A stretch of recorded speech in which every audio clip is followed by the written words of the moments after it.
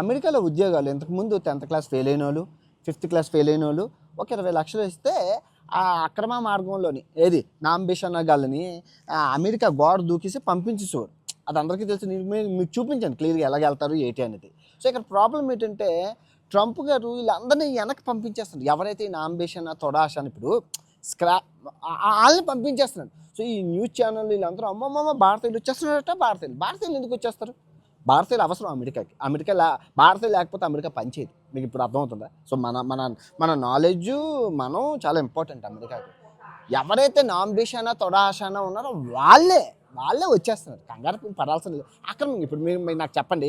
ఇప్పుడు మన భారతదేశంలోని బంగ్లాదేశ్ నుంచి 1,00,000 మంది, మయన్మార్ నుంచి 1,00,000 మంది, నేపాల్ భూటాన్ నుంచి 4 లక్షల మంది ఈ పెట్రోల్ బంకుల్లోని డీమార్ట్లోని 3,000కి 2,000కి పని చేసేస్తుంటే మనం 10,000కి చేస్తాం. కానీ వాళ్ళు 5,000 ఇస్తే చాలండి అని చేసేస్తే మనం ఏమంటాం? దొంగ నా కొడుకులు 5,000కి పని చేసేస్తుంటారు. వాళ్ళకి అదే ఎక్కువ. సేమ్ అలాగే ఈ అక్రమంగా వెళ్ళినోడు 50,000కి 20,000కి 30,000కి పని చేసేస్తుంటే ఆ లోకల్గా ఉన్న అమెరికన్స్కి ఎంప్లాయ్మెంట్ ఉండట్లేదు. సో అది తెలుసుకున్న ట్రంప్ వాళ్ళని పంపించేస్తుంటారు. అంతే కదా, పిండి కొద్దే రొట్టె. వీళ్ళు మరీ తక్కువకి వెరీ నీచ్ కింగ్కి పని చేసేస్తే ఎలాగుంటుంది? సో ఇప్పుడు మీకు అర్థమైందా?